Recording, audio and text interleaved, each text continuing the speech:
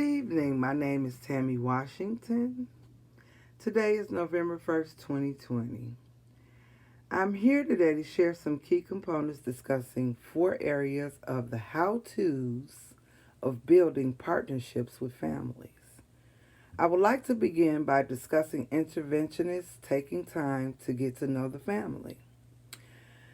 Building trust is the first and most crucial step in our work to engage families. If we cannot engage a family, we cannot help them. Families are respected, valued, and listened to very closely. We should pay close attention to personal culture and tradition. Families have had very negative experience with providers in the service system. It is our responsibility to show that we are different.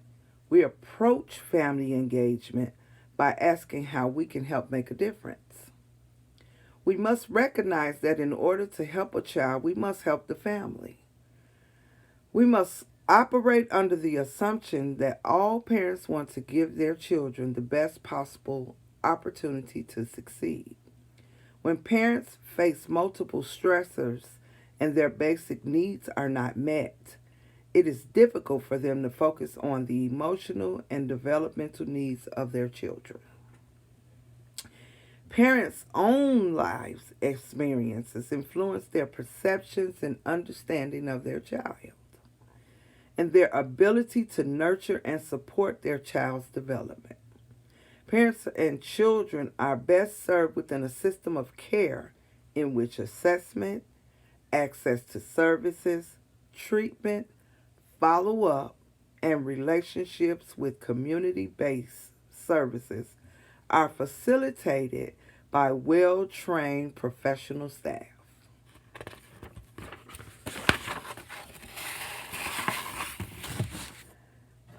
My second point is families are actively included in planning decision making. Recognizing parent expertise in their own children's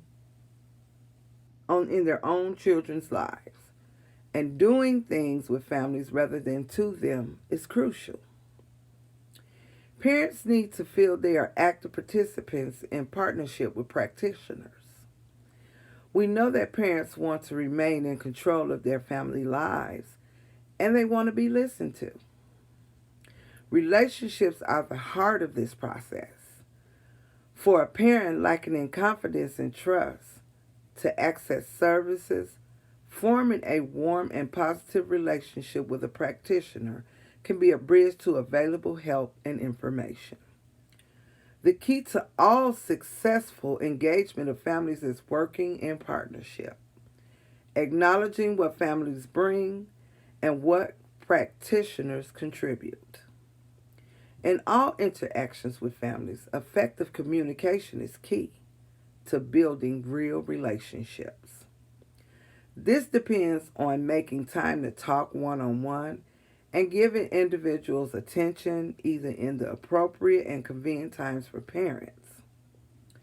Successful and sustained engagement with families involves practitioners and parents being willing to listen and to learn from each other. We know that young children achieve more and are happy when early childhood educators work together with parents and share ideas about how to support and extend children's learning.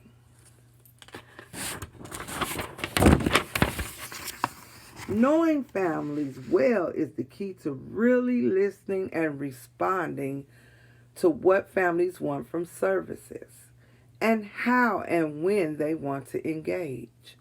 Recognizing the complexities of families and the knowledge within them about the child and their daily life is vital if those working with families are really to create an approach that has families at its heart. It takes time to know families well and to be able to share their funds of knowledge. Successful and sustained engagement with families happens when practitioners respect what families know and already do.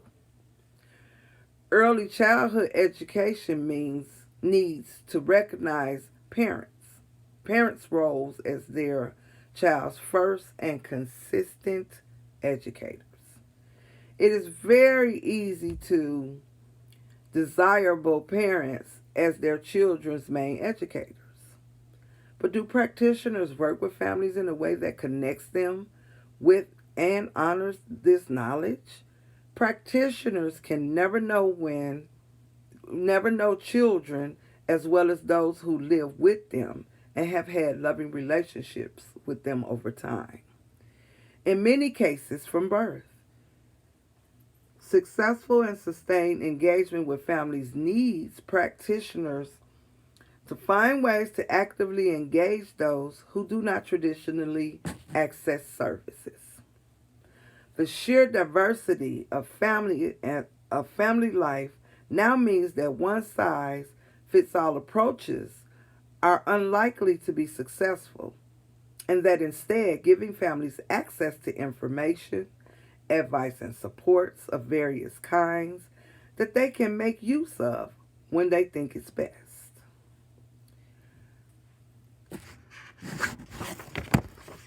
Now we're going to talk on the topic of successful and sustained engagement with families happens when families' views, opinions, and expectations of services are raised, and their confidence increases as service users. Approaches to families should be personalized and tailored to their self-defined needs. Help parents and caregivers raise and realize aspirations for their children. Enable them to feel in control and engage them as partners in tackling local problems and planning services.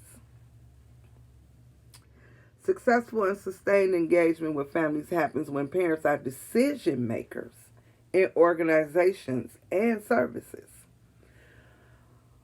The building was here, but we have created together the space for parents, children, and staff work, play, and grow. Parents and staff have jointly defined the use of the space and consistently challenge and evaluate the center's development. Developing service is a joint venture between all stakeholders, and the involvement of families in making decisions about how services operate is crucial if the services are going to meet the needs of a particular community. Parent representation needs to be more than sounding board for decisions made by setting leaders. If parents are working in true partnership with organizations, they need to be a part of the decision-making process that shape and build the services they access. Much better are approaches that invite parents to participate and choose the elements that they would like to try for themselves. That is, they fitted the program to the parents' needs rather than fit the parents' problems to the prescriptions of the service.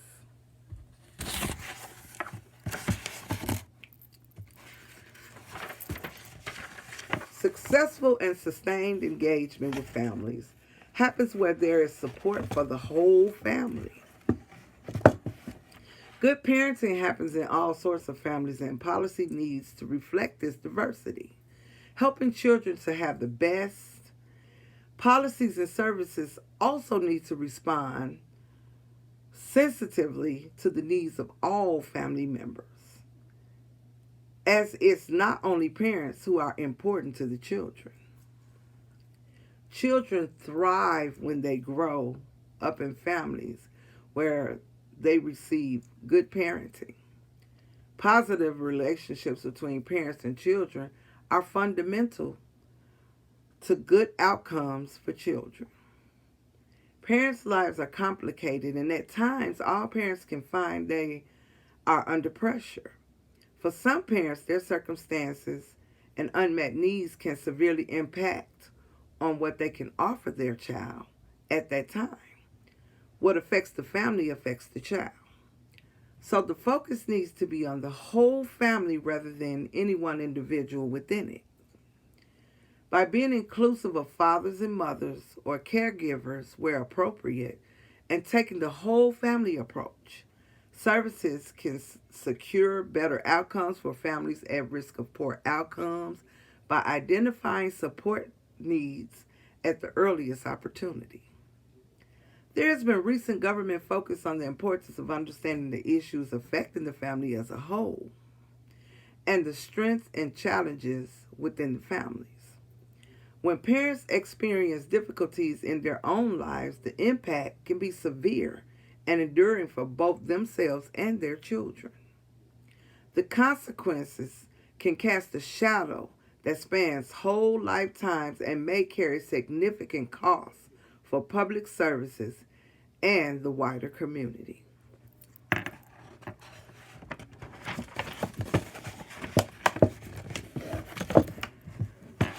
There's some main points I would like to discuss when talking about the family as a whole. One size does not fit all, and families need a personalized approach that works for them. Two, an integrated approach is required where families are supported by a range of integrated services. Early intervention is important, so practitioners need to build relationships with families effectively so that the best support can be offered as quickly as possible. The whole family approach stresses the importance of looking at the family as a unit and focusing on positive interdependency and supportive relationships. This approach takes the family's resilience and social capital as the foundations for achieving positive outcomes.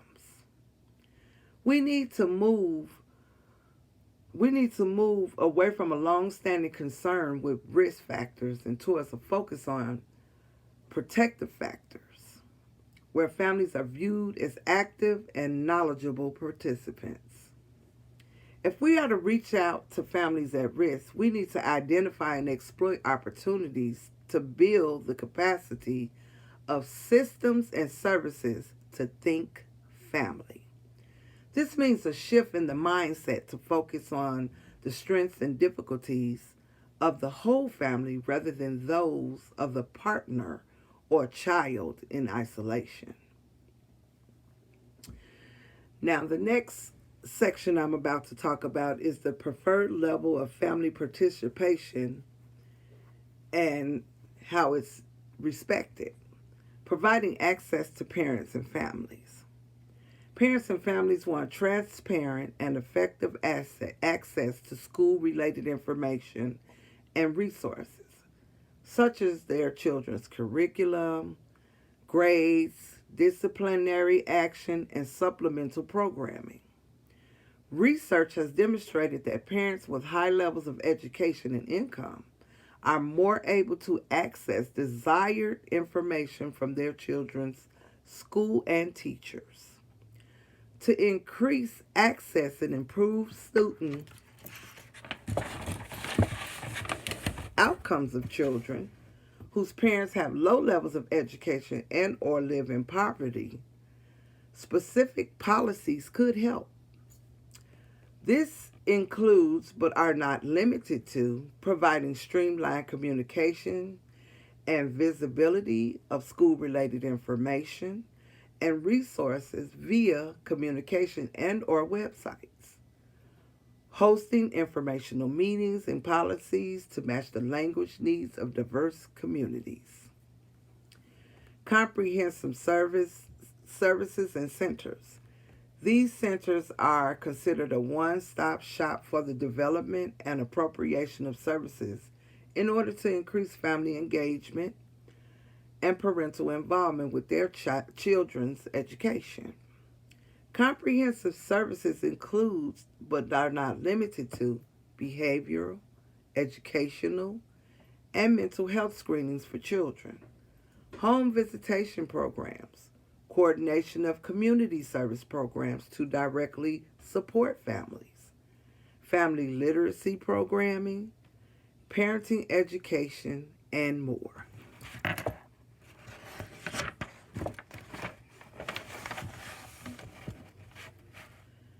And last but not least, we're going to talk about some things where a family can engage in practice level strategies. Child welfare.